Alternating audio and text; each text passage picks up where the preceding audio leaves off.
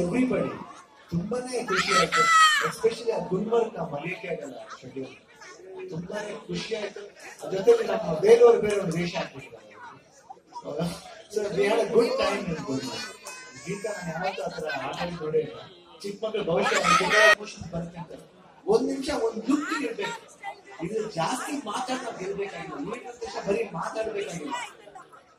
ಜೊತೆಲಿ ಹೋಗಿ ಎಲ್ಲರೂ ಜೊತೆಲಿ ಇಲ್ಲಿ ಬಂದ್ಬಿಟ್ಟು ಸಿನಿಮಾ ಸ್ಕ್ರೀನ್ ಪ್ಲೇ ಇಲ್ಲಾಂದ್ರೆ ಸಿನಿಮಾ ಸಬ್ಜೆಕ್ಟ್ ಆಗಿ ನಾನು ಆಕೆ